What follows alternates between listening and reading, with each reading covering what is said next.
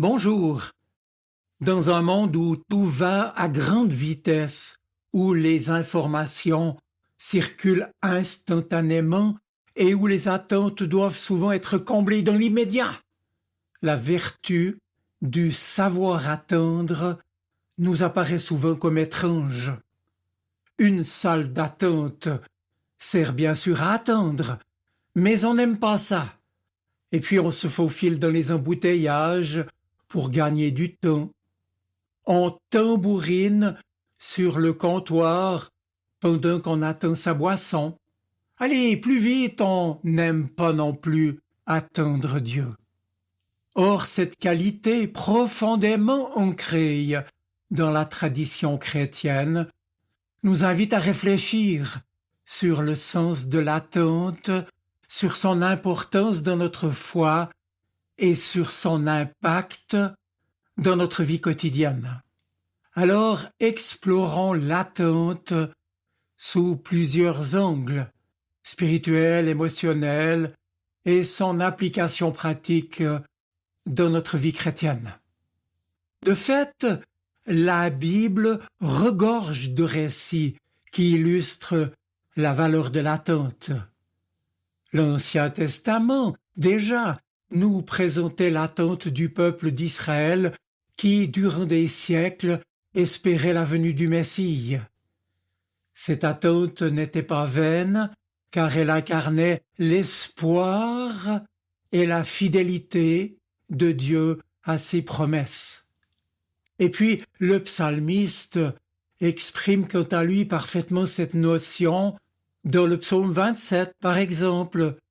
« Compte patiemment sur le Seigneur, sois fort et reprends courage. Oui, compte patiemment sur le Seigneur. » Une autre traduction dit « Espère dans le Seigneur, fortifie-toi et que ton cœur s'affermisse, mets ton espoir dans le Seigneur. » Et puis, pensons également à ceux et celles qui ont attendu avant nous, pour n'en rester qu'à l'Ancien Testament, Abraham, Anne, Job, David et beaucoup de prophètes. Ainsi Michée affirmait, je cite, qu'il guettait le Seigneur. Pouvons-nous en dire autant? La Bible nous encourage pourtant avec eux à rester patients. Maintenant, dans le Nouveau Testament, l'attente prend bien sûr une nouvelle dimension avec l'avènement de Jésus-Christ. Et puis on pourrait citer ici aussi Jacques chapitre 5 verset 7, Colossiens 1 verset 10 à 12, ou bien Apocalypse 14, 12. Il y a aussi Siméon, en Luc 2, un croyant qui attend. Et il apparaît même dans l'Évangile comme le juste dont l'attente est récompensée. Et à ce titre, il me paraît pouvoir être à la fois un encouragement et une exhortation pour nous dans le temps que nous vivons. Et pour en rester dans le Nouveau Testament, on voit qu'après la Pentecôte, les apôtres et les premiers chrétiens vivent dans l'attente du retour du Christ, un retour plein de promesses, plein d'espérance. Et cette période d'attente les conduit à renforcer leur foi, à l'approfondir et à se préparer activement à cette rencontre que d'autres appellent aussi la parousie. Enfin, la patience est considérée comme un fruit de l'esprit, selon les mots de l'apôtre Paul en Galates 5, les versets 22 et 23. Et on comprend alors qu'attendre avec patience signifie non seulement supporter l'incertitude, mais aussi l'occasion de se concentrer sur la croissance spirituelle. Ainsi, dans les communautés chrétiennes, cette vertu, cette qualité est essentielle pour construire des relations authentiques et durables. Elle nous enseigne à respecter, entre autres, les rythmes des autres et à développer une attitude d'amour envers notre prochain. La patience, faut-il le dire, est également un appel à la confiance. En attendant, nous apprenons à compter sur Dieu, sur sa fidélité, sa bonté, sa bienveillance et sur son soutien.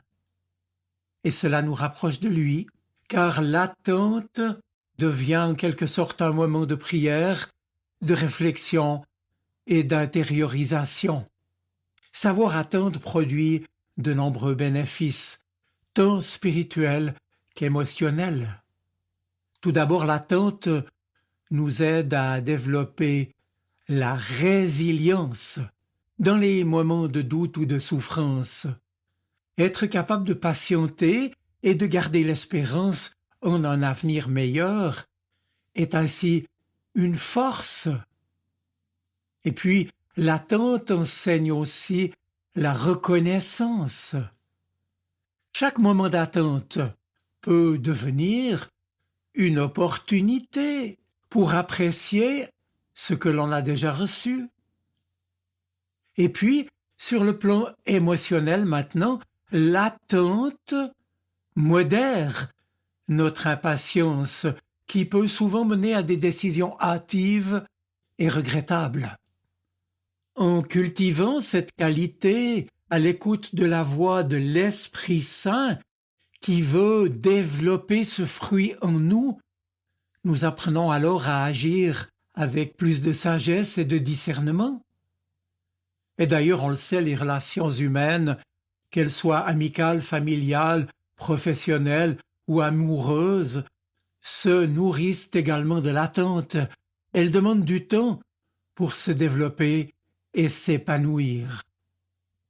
De même, dans notre vie quotidienne, savoir attendre peut se manifester dans bien des situations, dans notre vie professionnelle, nos études, nos difficultés et jusqu'à l'heure de notre vieillissement, dans nos relations interpersonnelles bien sûr, et même, je l'ai dit, donc dans notre cheminement spirituel.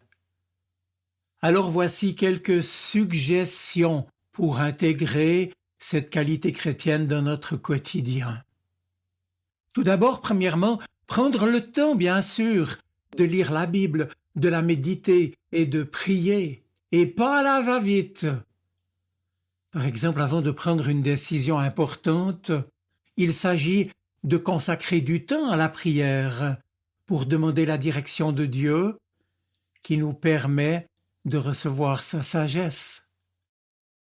Deuxièmement, ensuite, évidemment, il faut écouter avant d'agir et, dans nos relations, apprendre à écouter l'autre et à comprendre aussi ses besoins essentiels. Cela demande de la patience, mais cela, vous l'avez compris, renforce également nos liens.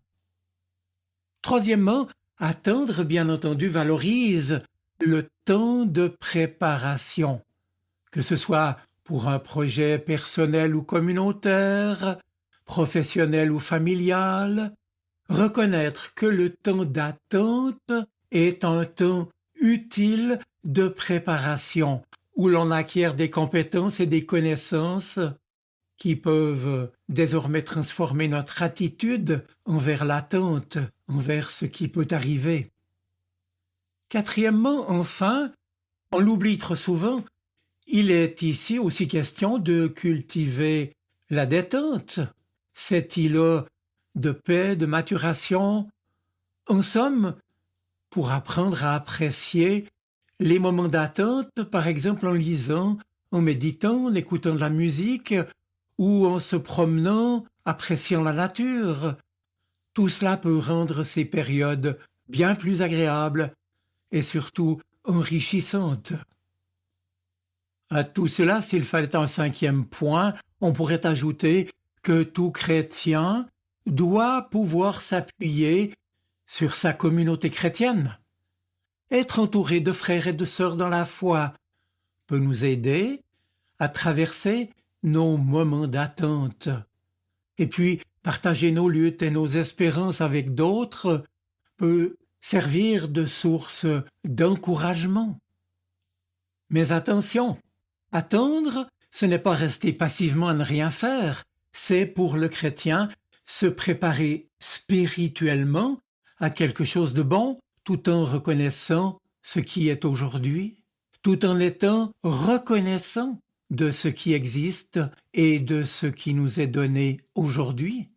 Et c'est pour le dire que, par exemple, l'apôtre Paul a écrit, c'est en Philippiens chapitre 4, « J'ai appris à me contenter de l'état où je me trouve », ou dit autrement, « J'ai appris à me contenter toujours de ce que j'ai ». En d'autres termes, ce ne sont donc pas les circonstances qui déterminent notre joie, mais notre attitude face à elles, avec la confiance que nous pouvons placer en Dieu, qui lui nous tient entre ses mains et qui toujours prend soin de nous, y compris bien entendu dans nos temps d'attente.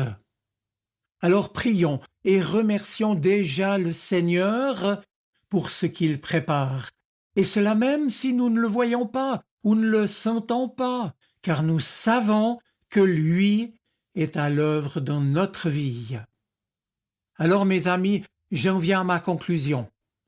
Savoir attendre est bien plus qu'une simple qualité.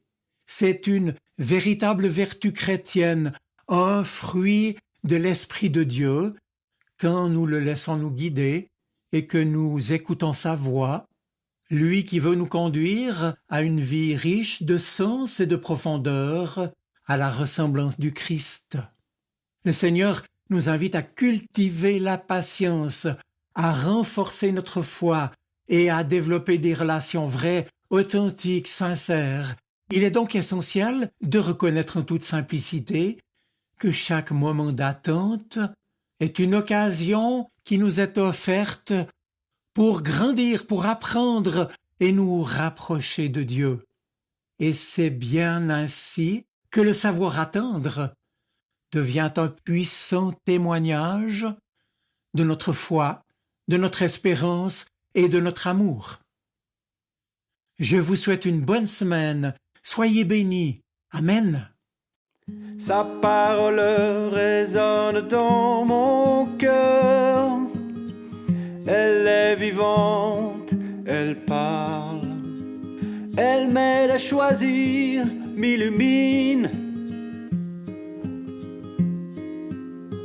Elle est vivante, elle est poignante, elle touche mon cœur.